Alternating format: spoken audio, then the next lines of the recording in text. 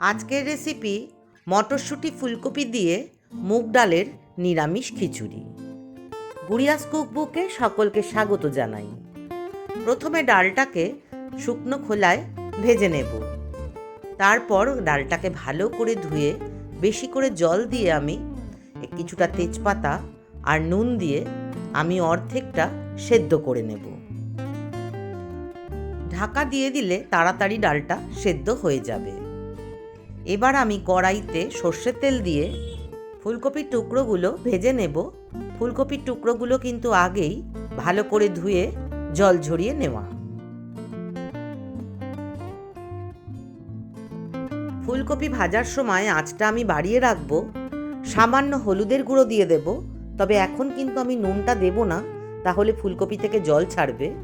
একটু ঢাকা দিয়ে নরম করে নেব। তারপরে আঁচটা বাড়িয়ে আমি ভালো করে ফুলকপিটাকে ভাজা ভাজা করব। তাহলে ফুলকপিটা সুন্দর লাল লাল করে ভাজাও হবে, গন্ধটাও সুন্দর বেরোবে। শেষকালে আমি কিছুটা নুন দিয়ে আবার একটু নাড়াচাড়া করে নেব। ফুলকপি ভাজা হওয়ার পর খুব সুন্দর গন্ধ বেরোলে আমি ফুলকপিগুলোকে তেল থেকে তুলে নেব।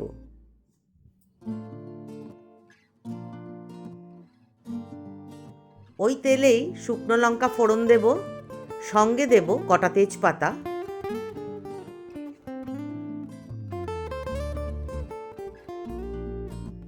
শুকনো লঙ্কা তেজপাতাটাকে নাড়াচাড়া করে ভেজে নিয়ে দিয়ে দেব কিছুটা পাঁচফোড়ন। পাঁচফোড়ন দিয়েও আমি কিছুটা ভাজা করে সম্বারের গন্ধটা উঠতে দেব। তারপরে দিয়ে দেব গোবিন্দভোগ চাল। আমি ধুয়ে জল ঝরিয়ে রেখেছি, সেই গোবিন্দভোগ চালগুলোকে দিয়ে আমি ভালো করে ভাজা ভাজা করে নেব। আমাদের রেসিপিগুলো ভালো লাগলে লাইক করো, কমেন্ট করে জানিও কেমন লাগলো। আর এই ধরনের নানা রেসিপি পেতে আমাদের চ্যানেলটাকে সাবস্ক্রাইব করে আমাদের পাশে থেকো। খিচুড়ি ভালোবাসে না এমন বাঙালি বোধহয় পাওয়া দুষ্কর।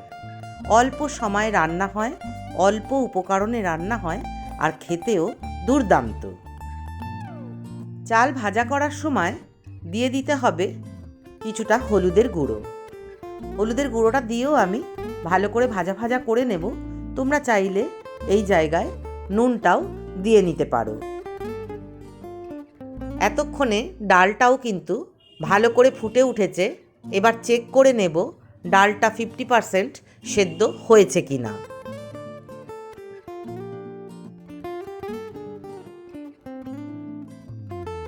ডাল অর্ধেকটা সেদ্ধ হয়ে গেলে আমি ওই ভেজে রাখা গোবিন্দভোগ চাল সেটা আমি ডালের হাঁড়িতে দিয়ে দেব। আমি বেশ পাতলা করে খিচুড়িটা করব, তাই আমি 3 গুণ বা কখনো 4 গুণও জল দিই এই খিচুড়িতে। তোমরা চাইলে কাপ মেপে ঝরঝরে করেও করতে পারো। আমি দিয়ে দিচ্ছি আদা গ্রেট করে। এখানে আদা বাটাও দেয়া চলে, যারা ঝাল খাও তারা আদা কাঁচা লঙ্কা বাটাও দিতে পারো। তবে আমি খিচুড়িতে কোনো মশলা ব্যবহার করি না, তাই জিরে ধনে আমি কিন্তু কিচ্ছু দেব না। এবার দিয়ে দিতে হবে পরিমাণ মতো নুন মিষ্টি। পাতলা করে খিচুড়ি করতে হলে প্রথমেই খুব বেশি জল না দিয়ে বেশ কিছুটা জল গরম করে রেখে দেওয়া যায়, পরেও দেওয়া যায়। এবার ঢাকা দিয়ে দিয়ে মাঝে মাঝেই ঢাকা খুলে নেড়ে চেড়ে খিচুড়িটা হতে দিতে হবে। খিচুড়ি কিন্তু আমাদের শরীরের জন্য খুবই উপকারী। যে কোনো রোগীর পথ্য হিসাবে খিচুড়ি কাজ করে। শিশু থেকে বৃদ্ধ সকলের পুষ্টি যোগাতে খিচুড়ির জুড়ি মেলা ভার। এবার দিয়ে দেব কিছু কাঁচা লঙ্কা। আমি রান্নার শেষ দিকে কাঁচা লঙ্কা দিই, তাহলে গন্ধটা খুব ভালো থাকে কাঁচা লঙ্কার। তোমরা চাইলে কাঁচা লঙ্কা আগেও দিতে পারো। যারা বেশি ঝাল খাও তারা চিড়ে নিয়ে কাঁচা লঙ্কাটা দেবে। আমি 1-2টো ভেঙে দিলাম, আর বাকি সবই আস্ত দিয়ে দিলাম। চেক করে দেখে নিয়েছি ডাল চাল সব সেদ্ধ হয়ে গেছে। এবার আমি ভেজে রাখা ফুলকপিগুলো দিয়ে দিচ্ছি। দিয়ে আমি ভালো করে নেড়ে চেড়ে মিশিয়ে ফুটিয়ে নেব। আর দিয়ে দেব কিছু মটরশুঁটি। গরম গরম এই খিচুড়ি ঘি দিয়ে, এর সাথে আলু ভাজা, বেগুন ভাজা দিয়ে, বাঁধাকপির তরকারি দিয়ে দুর্দান্ত খেতে লাগে। দেখো, ভোগের খিচুড়ি একদম রেডি ফুলকপি মটরশুঁটি দিয়ে। আজকের মতন টাটা, আবার দেখা হবে অন্য কোনো দিন।